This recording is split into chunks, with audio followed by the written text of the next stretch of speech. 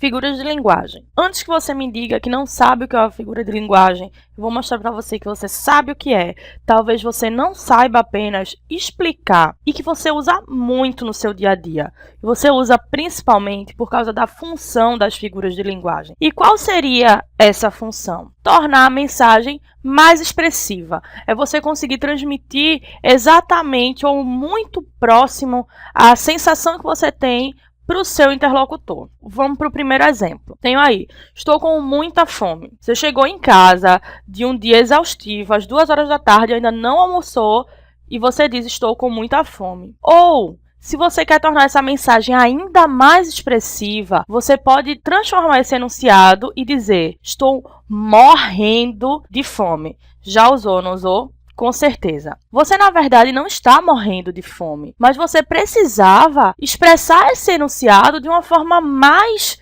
intensa e já não era mais suficiente você dizer que estava com muita fome. Isso é um exemplo de figura de linguagem. Nesse caso, a gente tem uma figura de linguagem chamada hipérbole. Hiper, grande, exagerado. É a figura representada pelo exagero. E a gente vai ver ela mais detalhadamente em outra aula. Nessa aula, eu quero que você tenha em mente que as figuras de linguagem são muitas e se a gente fraciona elas em tipos, colocando um ponto em comum, fica mais fácil de a gente compreendê-las. Então, são 4 tipos e a gente vai ver os 4 tipos. Primeiro tipo de figura de linguagem são as figuras de linguagem sonoras. Quando eu falo sonora, imediatamente você lembra de som. A gente pode chamar figuras sonoras ou figuras fonológicas. Fono e som vão te lembrar de som.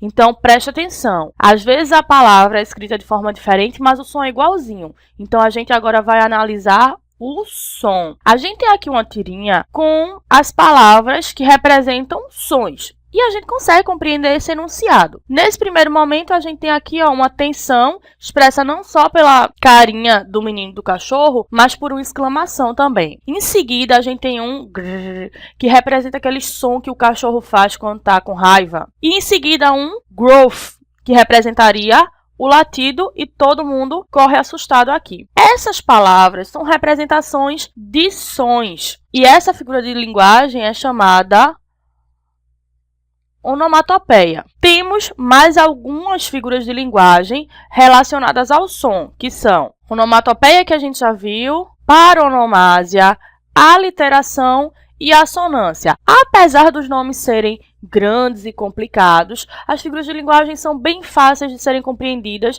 e a gente vai ver uma por uma nas próximas aulas. Nosso segundo tipo de figura de linguagem são as figuras de palavra. E nessa aqui, a gente vai ver que são palavras utilizadas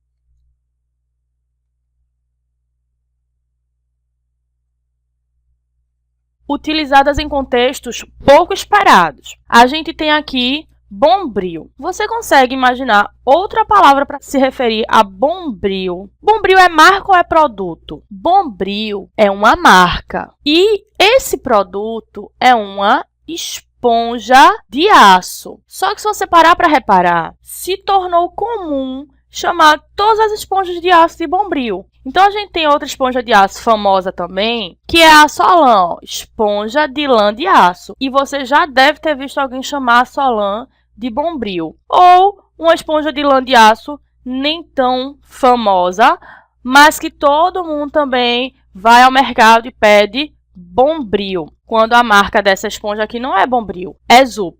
Isso daqui é um exemplo de metonímia.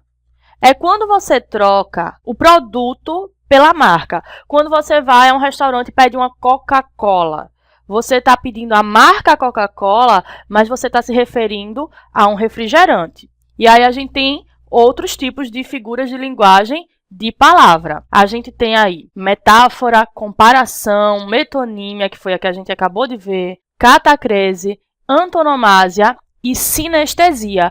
E nós vamos estudar todas nas próximas aulas. Nosso terceiro tipo de figura de linguagem são as figuras de sintaxe ou construção. Como você vai organizar o seu enunciado.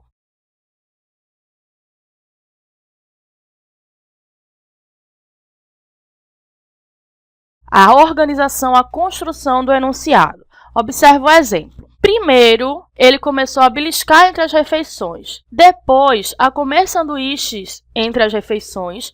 Agora, ele come refeições entre as refeições. Quando a gente está falando, principalmente, a gente tende a economizar palavras, a enxugar o enunciado para conseguir tempo e que o nosso enunciado não fique cansativo. Então, a gente tem aqui, primeiro ele começou a beliscar entre as refeições. No segundo enunciado, falta, entre aspas, uma informação. Depois, a comer sanduíches entre as refeições. O que é que está faltando aqui? Depois, ele começou a comer sanduíches entre as refeições. Então, por que a gente não vai repetir o enunciado? Porque já ficou claro anteriormente e a gente economiza tempo com isso. E essa supressão de palavras aqui, a gente vai chamar de zeugma, que é uma figura de sintaxe, uma figura de construção. Quais são as outras que a gente tem? Elipse, zeugma, que foi a que a gente viu, hipérbato, anástrofe, síntese,